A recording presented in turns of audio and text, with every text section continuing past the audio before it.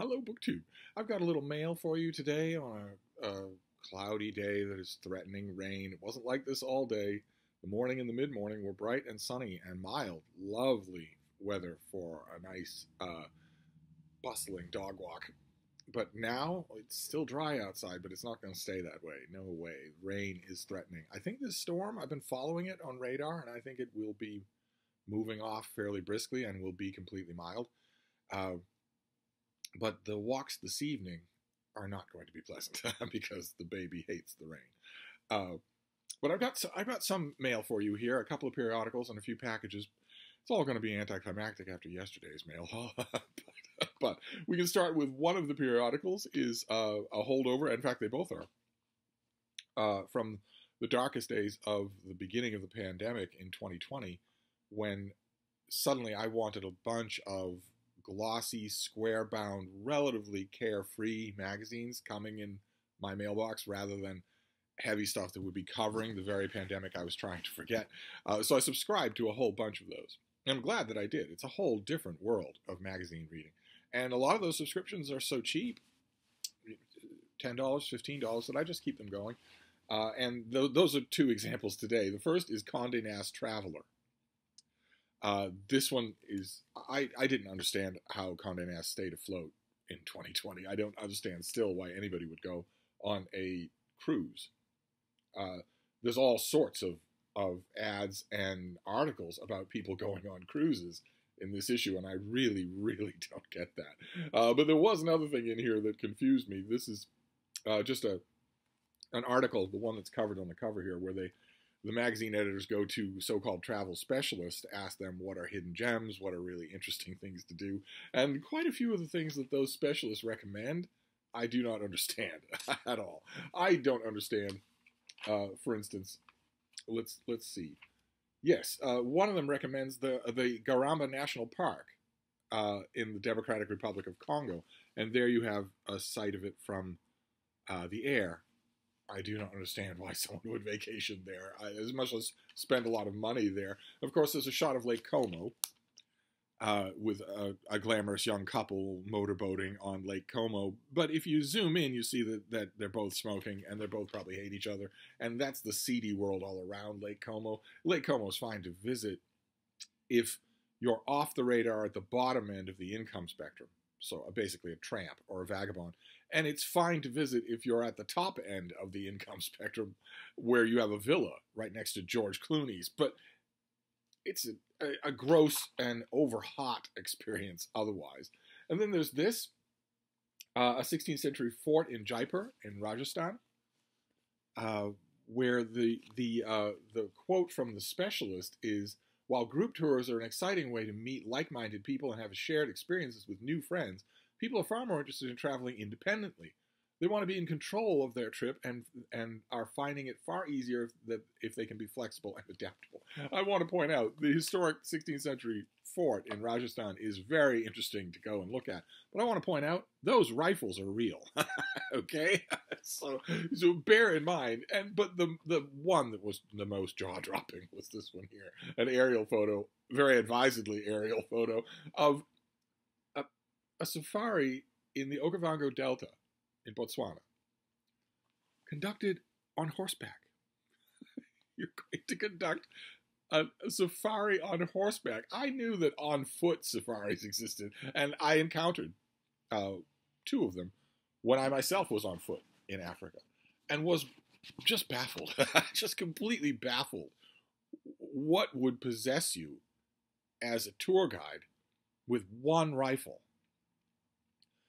to try to escort a dozen chattering, overweight, fish-belly white dental assistants from Minnesota on an on-foot safari? I never understood that at all. You think that if you encounter trouble, the survivors of that trouble aren't going to sue you? Of course they are. But I have to admit, as weird as the idea is of going on an on-foot safari with your chattering classmates from Swarthmore is to me, it's even more weird to me to go on a safari in the Okavango Delta while riding a prey animal. That seems to me to be extra weird. That's that's that's like driving to a honky tonk in East Texas, and you park your vehicle and you're hoping that it will be safe for the night, but you have driven to this honky tonk in East Texas on a giant spare rib. It is not going to be safe. It is not. All the natives are going to be interested in consuming your vehicle. So I don't understand why. I can't imagine what this would be like. I mean, I guess if you're on horseback, then you're in a little bit less danger of maybe disturbing a colony of fire ants or a venomous snake than you would be if you were on foot. But your horse is still going to be affected by that. You're still going to be affected by it. But in addition to that, the horses have a much better sense of smell than you do. They know the scent trails of the Pleistocene-style super predators that they're crossing, which means they're going to be nervous a little bit. Even the most calm of them are going to be nervous. And you know what smells better for a super predator than a horse? A nervous horse. I would love to know the statistics on how the lions in the Okavango Delta react to horseback safaris. But then again, that is the fun of Condé Nast Traveler, and I think I subscribe still to a couple of other travel magazines. That's the fun of them, is that I get to read these things with a little bit of wistfulness, because I'm never going to do them again. I'm never going to set foot in Africa again. I'm never going to go to the Republic of Congo or to Botswana again. I'm never going to go, no matter what these countries are called, I'm never going to visit them again. So I get to read about it and see really quality photographs. There's one piece in here that is amazingly photographed. I wonder if I can find it quickly because I spend too much time on these as it is. There's a picture from the Serengeti. There's a poor cheetah in the Serengeti. One of the golden animals to go and hunt for. There's a lion also in the Serengeti, taken with a massive telephoto lens from a long way away. Well, no, I'm not going to be able to find it, but these things are full of great travel photography, which is always fun to look at anyway. And then the other magazine that I got, also sometimes very frustrating to me, but in a fun way, is Architectural Digest, the venerable Architectural Digest, which is the front half of it is hugely expensive full color ads for landscape designs, for architect firms, for high-end house implements, brass tubs or electroplated kitchen fittings or whatever, things that the 1% of the 1% might see in a magazine like this and think, you know, I'd like to buy one of those. And then the second half, the back half of the magazine, is profiles of houses, where Architectural Digest will go to people's homes and show you around their showplace homes. And that can be really interesting in a kind of there but for the grace of God way, because as I've mentioned before in connection with Architectural Digest, I almost never see any place, no matter how expensive it is, where I would want to live. Look at this. This is the island of Folengandros in the Cyclades, and look at what this person has done to the grounds of his property.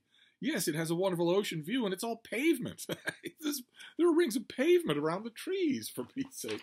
And when, it doesn't get any better when you look inside. Let me give you a good example here. Another thing that just mystifies me.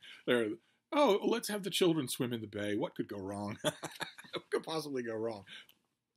In this picture, you can't see it, right? Because this is not an infrared picture or a heat sensor picture. But I guarantee you there's a shark at least 6 feet long in this picture, who sensed in the first minute when they jumped off this jetty that 2 sacks of fleshy, bloody meat had just entered the water. The shark is thinking, okay, 2 fleshy sacks of meat have just entered the water. I must now come a little closer in order to determine what kind of fleshy sacks of meat they are. If it's a kind of fleshy sack of meat that might fight back, that might be more trouble than it's worth, well, then I'll give it a wide berth. I'll go in, maybe I'll bump it a little, maybe take a quick bite just to see how it reacts, but I won't stay to dine. But what is this that I encounter? First of all, they're splashing erratically like dying fish, and second, they have no defenses of any kind whatsoever. And they don't have a whole lot of meat relative to their bone, and they have virtually no fat relative to their meat, but there's lots of blood, and there are a few bites, and thanks to industrial trawling that has happened just around the corner of that island spit, there's virtually no fish in the ocean, so I'll take what I can get. I guarantee you, in this picture, there's a shark. But, you know, the proud photographer, Architectural Digest, standing right next to the children's father, while they take pictures of the kids there. Anyway, but there's an article here about a home in Milan that belongs to an architect named Massimiliano Locatelli. No relation, I assume, to the great musician. And he's an architect and not an interior designer. So maybe that accounts for how hideous his home is. But the thing that I was struck by, when I was reading the article, I got to the quote of all quotes. He says, to be honest, it's not the home. The article says, to be honest, it's not the home's exterior that most accurately channels Locatelli's personality. Inside, the layout is hyper-calibrated to his lifestyle. Then the quote of all quotes: I made this house for me, not for show. That is a bedroom. Was that made for me? Was that made for any human being? No. Was that made for Data on Star Trek Enterprise? Yes. That was made for show. Look at the bathroom. So Mr. Locatelli Signor Locatelli is standing there at the doorway with the interior designer saying, make sure the metal rivets are really visible. Yeah, because that's just how you'd make a bathroom if you were doing it just for you and not for show. You don't want anyone to comment on your bathroom and the way that it looks. No, certainly not. You don't want, for instance, a crew from Architectural Digest to show up and start taking pictures. No, you're just doing it for you. To which I would respond, look around you right now while you're watching this video. You're watching this video in a room that Frida and I would love to visit. Look around. That room was made for you, not for show. That's what a room that was made for you and not for show actually looks like. Not this ridiculous freak show. but the worst example was the last article here. The last home profile, which was just unbelievably uninviting. What is this? This is made by a designer named Charles Delisle, and he goes full DIY, do-it-yourself, to convert a crumbling Sonoma country cabin into a humble yet seductive country retreat. No offense to Charles Delisle, if you've got $1 million to drop, I'm sure he's as good a designer as anybody else, but look at this monstrosity. This is called inviting, a seductive country retreat. What is seductive about that? Look at this nightmare. It's unfinished paneled wood on the walls. Even the potbelly stove looks threatening. What is this? What is that? Why does it look that way? That's revolting. Look at this. That is a wicker chair bent into some sort of obscene parallelogram. Does that look comfortable to you? Does that look seductive? Look at this thing. That is the side table. Does it look like it can even stand the weight of those books, much less anything else? Utterly ridiculous. This is just hideous. This is just a hideous room. It's big and ugly and definitely uninviting. We get a close-up at one point of the torture chair. There is the torture chair right there. Really makes you want to sit down and really enjoy yourself, doesn't it? There was another. Yes, this is the bathroom. Is it the bathroom? I don't know. It could be the frequent flyer lounge for United Airlines. Does it look like a bathroom? Does it seem like a bathroom? Would you want to get in that bathtub? You certainly couldn't sit on that chair. I weigh 600 pounds. I would go right through that like a rock through paper. And I bet you would too, no matter how much you weigh. You certainly wouldn't sit in that chair. The chair, in other words, is not there for you to sit on. It's there so that it can accent the unfinished paneled wood with the seams still visible on the walls and this huge dice or whatever it is. But you definitely want to just cozy up in that tub, right? And if someone walks by, because apparently this is the pool room, well, I guess you'll just cover up in a hurry. Ridiculous. And it confirms my suspicions that the 1% of 1%, the richest people in the world, we hear all about, the 1% of the 1% in 2022, have close to 60% of the available wealth in the world. That is nothing like that has ever been true in the history of humanity. Not even close. And the amount of wealth they have is unbelievable. Just look at the stories that you've been reading about the possessions, the homes and the yachts of these Russian oligarchs. These things are being seized by Western countries who hate these parasites and are saying, if you're going to make war on a European democratic country, then we're seizing your assets. You're an enemy to the peace. Look at some of those yachts. I've seen 3 of them, not 1, not 2, but 3 of them that have 2 helipads. So there's a place to land a helicopter at the front of the yacht, and there's a place in the back, depending on which is free. And oh my God, if you go online, you can see guided tours of super yachts like that. There are many of them in the world. And it's unbelievable what's in them. The interiors are unbelievable. The helipads sort of give it away, but the interiors are unbelievable in a way that you can't be fully human to want, much less to enjoy. And there are stories, confirmed stories, of people who were on those super yachts of theirs when the news of COVID broke in late 2019, early 2020, who have never yet been back to land. They have all the stuff that they need, so they have just stayed on these floating cities indefinitely until they can be sure that they won't catch this horrible virus. But anyway, there, the ranting about the periodicals is fun ranting because I love reading these things and just getting all worked up over fluffery. But now we'll get worked up over books. So we've got 3 packages to look at here as my lighting gets dodgier and dodgier because the clouds are getting thicker and thicker. Any minute now, I'm going to start to hear the little rat-tat-tat of rain on the windows. These the windows here are slanted just a bit. I think that was done in order to make them easier to clean, but one thing's for sure, it makes them notice the rain. I've lived in places where it could be pouring rain outside and it's not touching the windows, just because of the way they're angled with the sides of the house. But here, no, I know the minute rain starts here. So what have we got here? Oh my! Oh goodness! Okay, great. This comes out in early May. This comes out just a month. This is the latest book by Antonia Fraser.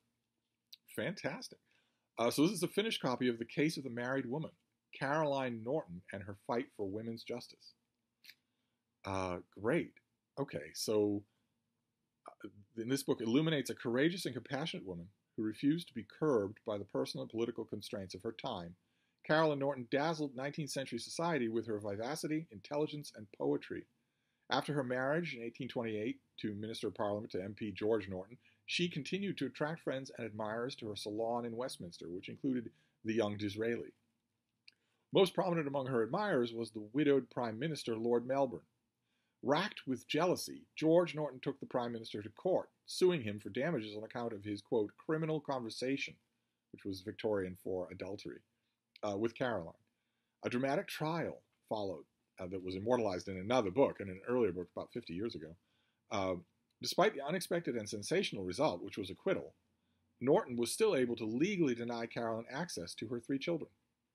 He also claimed her income as an author for himself, since the copyright of a married woman belonged to her husband. As Caroline noted in one of her campaigning pamphlets, she does not exist, her husband exists.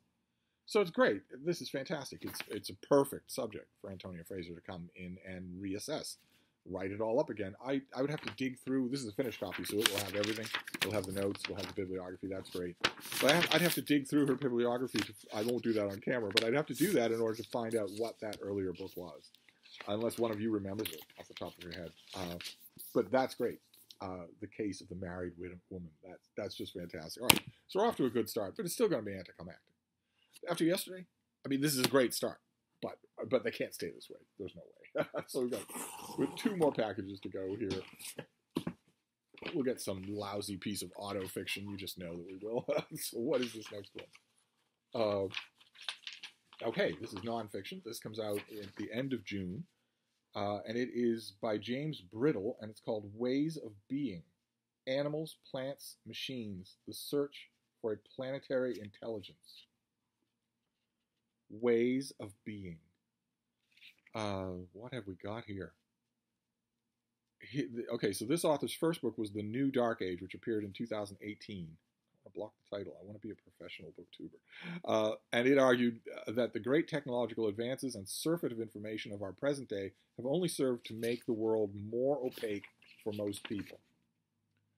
I don't think I read The New Dark Age, but that claim is nonsense. Absolute nonsense. Now, with ways of being, Brittle continues to grapple with questions related to contemporary technology. Well, let's hope he grapples with them a little better than that summary of his first book, which is complete nonsense. It's easily dismissible. While also turning his keen focus toward the natural world and to the many modes of intelligence that exist within it. Ways of Being is a perspective-shifting exploration of the relationship between people, technology, and nature, both in terms of what it's been in the past and what it can be in the future. I like that mention of many modes of intelligence. That's a good way to put it. That's something that for instance, scientists, ethologists really need to learn. They really need to learn about different modes of intelligence. In these pages, Brittle digs deep into the latest scientific research on animal and plant intelligence. He draws fresh insights from both the natural world and from our own technological innovations, and he thoroughly decenters humans in the story of our planet. In the story of estimating our planet, sure. In the story of the planet, humans are indisputably at the center of things, indisputably. Ultimately, this book is an optimistic book, which reframes the relationship between people, nature, and technology, and puts forward a vision for a more balanced, collaborative, equitable, and most importantly, sustainable approach going forward.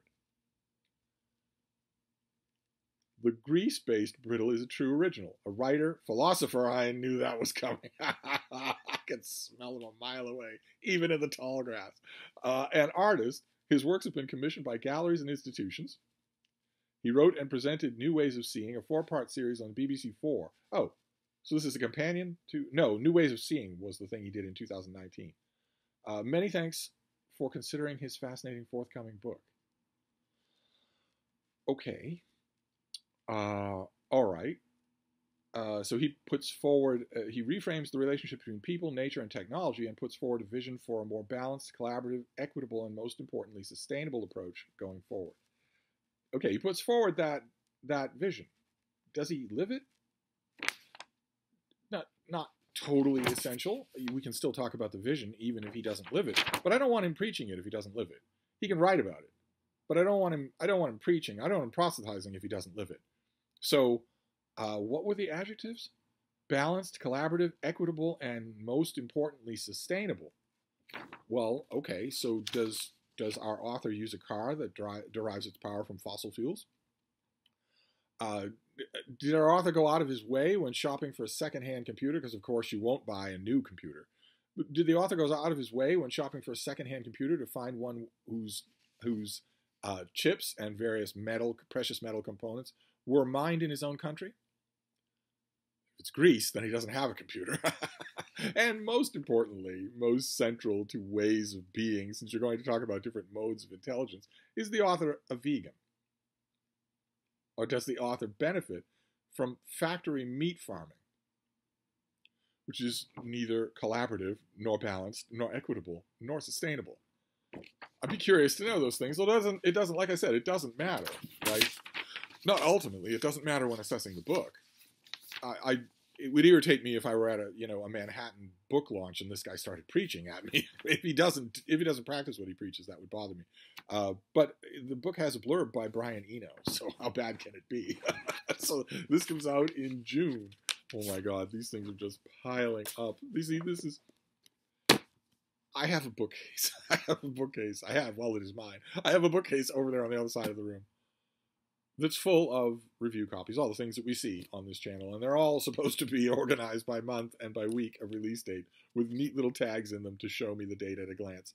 And it needs reorganizing really bad. There's a mountain of unsifted books on the top shelf just because it's easy. It doesn't require stooping. So I just pile stuff up there. And I need to address that bookcase. I need to do it, obviously, this week because, I'm heading into the new month. But when I look at that bookcase and I think about these things and how I'm going to have to, I've got the pub sheet folded in right in there. But rather than just do that, I want to put June 21st. I want to put 21 June up here so that I don't even need to open the book to know what it is, to know when it comes out. Same thing with this thing, with the Antonio Fraser. I will do that because the pen's right here on my fainting couch. But what I really, really want, it can't happen because it's just not possible. But what I really want is a Star Trek transporter or a magic spell to transport some of you here. And maybe one of you in the transport spell could bring the camera you use to record your videos and the tripod. And then film a group of people sorting through those books and sorting through those shelves. That would be so much fun to do. I was before the pandemic, accustomed to having company to do that sorting. And that's partly one of the reasons why I'm putting off doing it, because I did feel so melancholy to do it alone. But I need to, because all these things are going on the pile. And then we'll do this last one, and we'll be done. What the appeal could possibly be of these videos, I do not know. I'm not going to ask the question. I'm not going to question it any more than I question the Holy Trinity, but I do not understand. I'm thinking in my mind of what we have been talking about for the last 25 minutes and trying to figure out why anybody would watch this at all. But anyway, we'll go on to the next book and then we'll be done. So this next one is also a finished copy, and it's also an April finished copy, which is great. That's great. So this is a finished copy of something that I think we've already seen. This is The Devil's Half Acre, the untold story of how one woman liberated the South's most notorious slave jail, by Kristen Green. And this comes out in mid-April. History can be buried by a number of factors: suppression, silence, erasure, and of course the buildup of soil over time to cover what once was. In the example of Mary Lumpkin, an enslaved girl who at the age of 13 was forced to have 5 children with her enslaver and live in his slave jail, we find all of the above. Only a few miles from Monument Avenue in Richmond, Virginia, where the city's last Confederate statue was recently removed, lies the site once known as Lumpkin's Jail. Imagine the misery. Not just hers, but everybody's. Imagine the misery that one building contained. A.k.a. the Devil's Half Acre. But its legacy to both the history of the domestic slave trade and the rebuilding of the nation remains unexplored. The author is a journalist, a New York Times bestselling author, and she uncovers Mary's story, drawing from census records, the Federal Writers Project oral histories, and archaeological research to relate how Mary worked with resilience and determination to educate and free herself and her children, and to secure their inheritance. What inheritance? I guess from their master. Interesting. Oh, that is fascinating. Upon the death of her enslaver, Mary inherited the renamed God's Half Acre and rented it to a Baptist missionary, who then converted it into a school for freed black men. Today, we know that school as Virginia Union University, one of the oldest HBCUs and one of the only 2 to place a woman at the center of its founding. Incredible. What a story. So again, just like with the case of the married woman, I want to know if anyone's written this story before, but I get the impression that Kristen Green has broken new ground all over the place with this. I get the impression that no one has ever written this story like this before. Fantastic. Fantastic. Okay, great. So this comes out in mid-April. It sounds incredible. And since it's in mid-April, it's close enough for me to start reading it tonight. It actually shows the Antonia Fraser, and imagine being able to review Antonia Fraser. Imagine getting back into the reviewing world in enough time to review a new Antonia Fraser. How wonderful a feeling that is.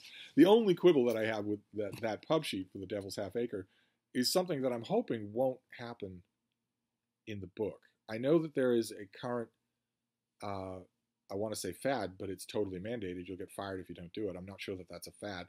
There is a current trend in academia that it's okay to refer to the slave trade or to slave masters or to slave owners or to slave sellers or slave dealers or whatnot, but that you cannot refer to a person as a slave. That we're just going to banish that word. And I noticed that the pub sheet goes out of its way not to refer to anyone here as a slave. Enslaved person is the term that you now have to use, or you'll be fired. As a racist, you'll not just be fired, but your university, which has a $100 million endowment, will blacken your name with the most personal, most devastating personal insult imaginable. Have any proof for it? No. Have a justification for it? No. But I don't know that that's the case here. That could be just the pub sheet. Uh, it doesn't matter. It doesn't matter to me anyway, since I'm not, thank God, in academia. Instead, I get to just enjoy the book because it sounds like this author has put in a huge amount of work to uncover a story that really deserves uncovering. Imagine not only surviving that experience, being raped repeatedly by the man who claims to own her as property, but fighting afterwards for the inheritance of her children. The first question, I guess, that comes to my mind is, why did she inherit the devil's half acre? Which I guess leads me to my next question: was what was the relationship between her and her owner and her slave master? What was their relationship? It can't all have been livestock abuse. It can't possibly have been just that, or she wouldn't have inherited, right? What about his own heirs? I'm interested. In other words, what I'm trying to say is that I have been genuinely interested, and that is not a bad mail haul. That's all nonfiction for one, and it's 2 finished copies. One by an author I have read for 50 years, the other by an author who's totally new to me, and finally, Ways of Being by James Brittle. I'm wondering, any of you in the UK, did you watch his Ways of Seeing on BBC4? I don't know it at all, and I'm not sure that I have access to it. Be curious to know, but I wonder now if maybe I don't want to see it before I review the book. The book's a long way off. It's the end of June, and we're at the end of March. So that's the mail haul for today. It has an Antonia Fraser book in it, so it's not completely anticlimactic, but after yesterday's mail haul. Anyway, I'm going to wrap this up. This video has gone way too long, but I will be back. Thank you, BookTube.